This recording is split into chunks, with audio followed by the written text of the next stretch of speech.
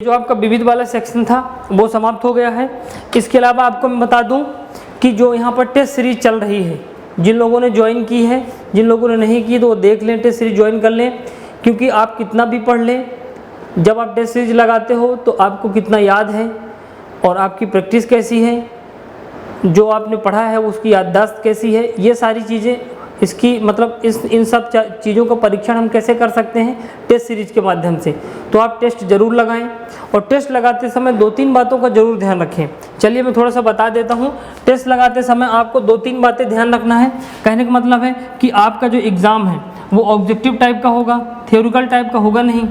किस टाइप का होता है आपका एग्ज़ाम? ऑब्जेक्टिव टाइप का होता है। तो ऑब्जेक्टिव टाइप में यदि आपने पढ़ा है तो ठीक है, नहीं पढ़ा तो कभी कभी एक फ़ायदा और भी हो जाता है। जैसे मान लो आपके सामने 4 ऑप्शन दिए हैं A B C D, तो आपको 2 ऑप्शन तो पता ही है कि A और B तो नहीं हो सकता एग्जाम्पल के लिए, फिर 2 ऑप्शन बचते हैं B और C और D। तो ऑब्जेक्टिव में एक फ़ायदा ये होता है कि एक होता है, इसको एलिमिनेशन मेथड बोलते हैं। क्या बोलते हैं? एलिमिनेशन मेथड, मतलब विलोपित मेथड बोलते हैं कि जो ऑप्शन नहीं है उसको तो आप विलोप कर दो, तो फिर इन 2 बचते हैं। तो आपको एग्जैक्ट करेक्ट आंसर ये है C है कि D है, तो फिर आप इनमें से लगाओ। एक चीज़ को आप ध्यान रखो। दूसरी बात, आप प्रश्न को बहुत बारीकी से पढ़ो। आप कितना भी अच्छा पढ़ लेते हो, जल्दबाजी में पेपर बिगड़ जाते हैं। तो आप प्रश्न को ठीक से पढ़ो कि क्या पूछा जा रहा है। ये कहीं ये तो नहीं पूछ रहा है कि ध्यानचंद का संबंध किससे है, कि ध्यानचंद स्टेडियम का संबंध किससे है। तो इन दोनों बातों को पूरा जानने के लिए आपको पूरा पेपर पढ़ना पड़ेगा। ये कभी कभी घुमा देता है कि निम्नलिखित में से ये ऑप्शन नहीं है, एक शब्द लिखता है नहीं और वो शब्द लिखा रहता है लास्ट में, और आप लास्ट तक जाते नहीं हो और देखते ही आंसर लगा देते हो। ठीक, तो आपको एग्ज़ाम देते समय प्रश्न बहुत ज़रूरी है कि अच्छे से पढ़ो। उसके बाद आप देखो कि आपसे ऑप्शन बन रहा है कि नहीं बन रहा है।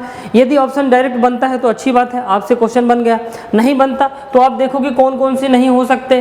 जो नहीं हो सकते उसको आप काट दो, जो हो सकते हैं उसमें से आप लगाओ। तो ज़्यादा चांसेस रहते हैं कि पूरे एग्जाम में, एग्जाम्पल के लिए, उदाहरण के लिए यदि मैं मान के चलूँ कि आपके एग्जाम में 100 प्रश्न आते हैं तो उसमें से हो सकता है कि 4 से 5 क्वेश्चन आप ज़्यादा बना लो। 4 से 5 क्वेश्चन आप ज़्यादा बना लो उन स्टूडेंट से जिन्होंने जल्दबाजी में प्रश्न पढ़ा और जिन्होंने जल्दबाजी में उत्तर लगाए। तो यदि आप 3 से 4 नंबर भी ज़्यादा पाते हो तो यहाँ तो 1-1, 2-2 नंबर में तो पूरा खेल हो जाता है। तो आप जब भी पेपर देना तो आप एग्ज़ाम की कितनी भी अच्छी भी तैयारी कर लें, सबसे पूरा जो एग्ज़ाम का डिपेंडेंसी है, पूरा जो एग्ज़ाम का प्रदर्शन है वो उन चुनिंदा घंटों में पूरा निर्णय होता है जो आप एग्ज़ाम देते हो। इसलिए आप टेस्ट ढंग से लगाओ और टेस्ट लगाने में आप सिर्फ नंबर ऑफ क्वेश्चन लगाने की कोशिश बिल्कुल मत करो कि आपने सोचा मैंने 5000 क्वेश्चन लगा लिए। कितने क्वेश्चन लगा लिए? टोटल 5000 क्वेश्चन लगा लिए। और 5000 क्वेश्चन में आप सोच रहे हो कि मैं प्रश्न पढ़ के उत्तर याद करूं, तो उससे कुछ नहीं होने वाला। उससे सिर्फ इतना होगा कि वही प्रश्न आ जाएगा जो आपसे पहले ही बनता है, तो वो तो ऑलरेडी बनता रहेगा। तो जब आप टेस्ट लगाओ तो 2-3 बातों का विशेष ध्यान रखो। जैसे जब आप प्रैक्टिस सेट लगाओ, जब आप प्रैक्टिस लगाओ, ऑनलाइन लगा ऑफलाइन, तो आप क्वेश्चन को ढंग से पढ़ो, ऑप्शन को ढंग से पढ़ो।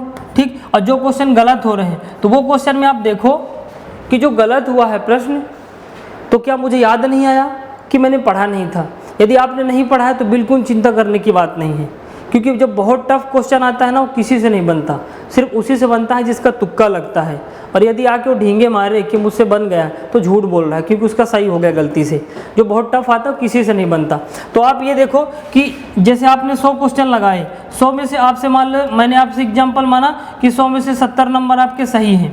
ठीक, और 30 क्वेश्चन आपके गलत हो गए। तो अब इस 30 क्वेश्चन में देखो कि पढ़ते हुए, बनते हुए कौन से क्वेश्चन गलत हुए हैं। मैं मान के चलूँ कि 5 क्वेश्चन ऐसे थे जो आप बना सकते थे। क्या कर सकते थे? बना सकते थे। जल्दबाजी न करते, ये थोड़ा सा और दिमाग पर जोर देते थे, रिकॉल कर लेते, या फिर ऑप्शन को थोड़ा सा प्रश्न के अनुसार बिठा लेते। मतलब सरल क्वेश्चन था, आपने गलती कर दी, तो इसमें से आप देखो 5 नंबर, तो फिर कितने बचते हैं? 25। तो इन 25 में से देखो कि आपका पढ़ा हुआ कितना है। अब मैं मान के चलता हूँ कि 10 क्वेश्चन और है जो आपने पढ़ा है लेकिन आपसे नहीं बना, तो यहाँ पर आप मेहनत करो। यहाँ पर क्या करो? मेहनत करो। यहाँ पर यदि पढ़ा हुआ गलत होता है तो रिवीजन की कमी है। किसकी कमी है? रिवीजन की कमी है। और जो 70 क्वेश्चन आपने यहाँ सही किए हैं, इसमें से देखो क्या आपसे 70 में 70 बनते थे? तो आप देखोगे नहीं यार, मेरे से लगभग 65 बनते थे। 5 क्वेश्चन ऐसे हैं जो मैंने अंदाजे से लगा दिए थे लेकिन सही हो गए थे।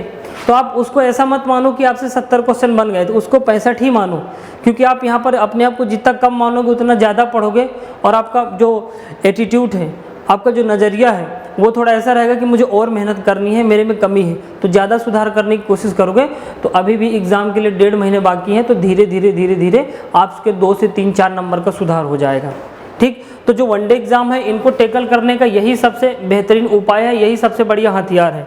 सबसे बढ़िया हथियार, एक बार आप ढंग से पढ़ लो, फिर उसके बाद आप रिवीजन कर लो। जब आपका रिवीजन हो जाए तो अब आप प्रश्न लगाओ, जितना ज़्यादा टेस्ट लगाते हो। और टेस्ट कैसे लगाना है मैंने अभी बताया, ऐसा नहीं कि आपने प्रश्न पढ़ा और उत्तर देख लिया और 3 ऑप्शन पर आपने फोकस नहीं किए।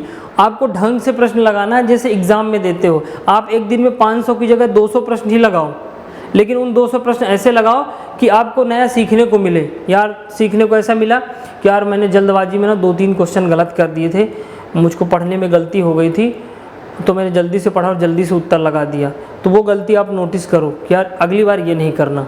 तो यदि आपने 2-3 फैक्ट भी सीख के लगाए ना, तो एक दिन गलती करोगे, 2 दिन करोगे, 4 दिन करोगे, 10 दिन, 15 दिन, जब 30वें दिन गलती करोगे ना, तो उसके बाद कोई गलती नहीं होगी। क्यों? क्योंकि आप बार बार गलती कर करके आप क्या कर गए, सीख गए।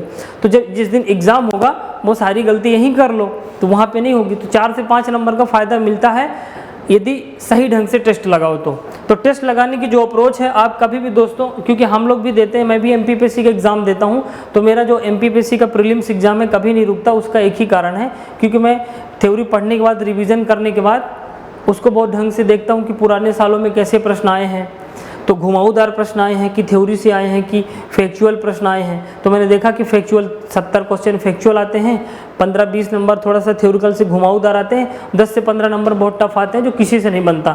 तो वो किसी के लिए नहीं हो, उनमें तो चिंता करनी ही नहीं है। मतलब अपने को कितना करना है, अपन तो ये मान के चलते हैं कि 85 नंबर आएगा हमारा पढ़ा हुआ है, इस 85 में हमको ज़्यादा से ज़्यादा सही करना है। 15 नंबर का हम मान के चलते हैं कि बन गया तो बन गया, नहीं बना तो अपनी किस्मत, क्योंकि किसी से नहीं बनते और किसी के नंबर भी 100 में 100 नहीं आते। सिलेक्शन देखना 65-70 से ही कट ऑफ उठता है। तो सिंपल सी बात है, आप पढ़ी हुई चीज़ों को गलती मत करो, सरल चीज़ों को गलत मत करो, आराम से लगाओ, आपका सिलेक्शन हो जाएगा। तो इसलिए आप टेस्ट ज़्यादा से ज़्यादा लगाओ और टेस्ट की थोड़ा सा प्रैक्टिस की अपनी जो रणनीति स्ट्रेटजी वो ढंग से करो। बाकी नोट्स में आपको विविध में बहुत सारी चीज़ें दी हुई हैं। यहाँ पर जो विविध का मैंने सेक्शन बताया है, आप उसको बस करंट अपडेट कर लेना। बहुत सारे जो संगठन हैं उनके प्रमुख हैं और उन संगठनों की कोई अभी हाल ही में नियुक्ति हुई है, पिछले 1-2 महीने में एग्ज़ाम होते होते नियुक्ति हो जाए तो आप देख लेना। बाकी उसका जो कॉन्सेप्चुअल पार्ट है पूरा आ जाएगा। बाकी आपके नोट्स में दिए उसको पढ़ लेना, तो ये वाला विविध वाला सेक्शन आपका कंप्लीट सेशन ये पूरा हो जाएगा। बस आपको टेस्ट अच्छे से लगाना है, क्योंकि दिक्कत क्या है, जैसे हम एग्जाम्पल मैं अपना ही देता हूँ, क्योंकि मैं भी एग्जाम से गुजरता हूँ। कहने का मतलब, जैसे मैं MPPSC के प्रीलिम्स क्वालिफाई किया, फिर मैंने मेंस क्वालिफाई किया। तो जब मैंने मेंस दिया तो मुझे पता है कि उसमें लिखना पड़ता है, तो यदि मैं लिखने की प्रैक्टिस नहीं करूँगा तो मेरा मेंस एग्जाम क्वालिफाई नहीं होता। तो मुझे पता है एग्ज़ाम में किसकी डिमांड है, तो आप भी अपने एग्ज़ाम की डिमांड समझो। वहाँ पे पता है आपका एग्जाम वन डे होना, ऑब्जेक्टिव होना है, तो ऑब्जेक्टिव को सही ढंग से कैसे लगाते हैं, क्वेश्चन कैसे पढ़ते हैं, ऑब्जेक्टिव कैसे पकड़ते हैं, जल्दबाजी नहीं करना है, क्वेश्चन को ठीक से पढ़ना है। ये सारी चीज़ें जिस क्षेत्र में हमारी टेस्ट लगाने के बाद जहाँ हम भूल रहे हैं उसको 1-2 बार ज़्यादा रिवीजन कर लें। जहाँ पे नहीं भूल रहे, जहाँ बनता है वहाँ पे चिंता करने की बात नहीं, चलो वहाँ से आएगा तो बन जाएगा। ये सारी चीज़ें आप अपने खुद की पर्सनल डायरी बनाओ, कोई रफ बनाओ, उसमें लिखो कि मुझसे कहाँ गलती हो रही है, कहाँ पर मुझे ध्यान देना है। किसी को मत बताओ, शेयर ही मत करो अपने, ना तो दोस्तों को बताओ ना तो घर वालों को बताओ, बस अपने पास रखो। कि वो डायरी में ऐसे जो चीज़ें लिखो तो सिर्फ तुम्हें पता हो कि लिख क्या रहे हो, क्योंकि जिस दिन तुम सफल होगे ना तो तुम्हारी बाबा होगी, तुमको ही जस मिलने वाला है, तुम्हारा ही नाम चलने वाला, लोग तुम्हारी ही इज्जत करेंगे। ठीक, और बस तो आप इन चीज़ों को ध्यान रखो तो आपको ज़रूर सफलता मिलेगी। ये चीज़ें सब में करना है, विविध में करना है, मैथ्स में करना है, रीजनिंग में करना है। पुराने साल के प्रश्न थोड़ा समझ लो कैसे आते हैं, जो सर लोग बता रहे हैं। तो आप लोग अभी एग्ज़ाम दे रहे हो, जो सर लोग, जैसे मान लो मैं पढ़ाता हूँ तो पिछले 4 वर्ष से तो मैं एग्ज़ाम दे रहा हूँ, उसके पहले मैंने 2 साल पढ़ा होगा, तो मुझे 5 से 6 साल तो हो गए। तो कहीं ना कहीं जो 6 साल में गलतियाँ हुई की हैं मैंने, वो चीज़ मैं आपको 10 मिनट में बता रहा हूँ। तो आप इंतज़ार करो कि मैं भी वो गलती करूँ फिर मानूँ, तो इससे अच्छा सामने वाले की बात सुन लो और उसको सुधार कर लो। क्योंकि एक लाइन है महात्मा बुद्ध ने कहा है कि जो व्यक्ति दूसरों की गलती सीखता है वो जल्दी सफल हो जाता है। क्योंकि हमें पता है, एग्जाम्पल समझो, एक व्यक्ति गाड़ी से जा रहा है, साइकिल से जा रहा है, आगे एक गड्ढा, वो गिर गया, तो हम कब मानेंगे, जब हम गिरेंगे तब मानेंगे कि हमें देख के ही समझ में आ जाएगा कि वहाँ पर गड्ढा है, तो जब हम जाएँ तो थोड़ा किनारे से जाएँ या थोड़ा गाड़ी धीमी कर लें। तो हमने दूसरों से गलती सीखी तो हम वहाँ पर गिरने से बच गए। सेम कहानी है। तो जो लोग दे रहे हैं, जो बता रहे हैं पुराने साल के प्रश्न हैं, उन चीज़ों में थोड़ा सा माइंड फोकस कर लो तो चीज़ें हो जाएंगी। तो चलिए दोस्तों, बेस्ट ऑफ लक, बढ़िया से एग्ज़ाम देना। विविध वाला सेक्शन ख़त्म है, आपके नोट्स में बाकी चीज़ें अपडेट हैं, आप उसमें पढ़ लेना। जो कुछ बचा हुआ छोड़ एक आध फैक्ट मिसिंग होगी, बाकी जो आगे की क्लासेस हैं अभी मैथ्स की और जो भी होंगी वो कंटिन्यू रहेंगी। तब तक आप लोग बढ़िया सी तैयारी करो और नाम रोशन करो। बेस्ट ऑफ लक, धन्यवाद, जय हिंद, जय भारत।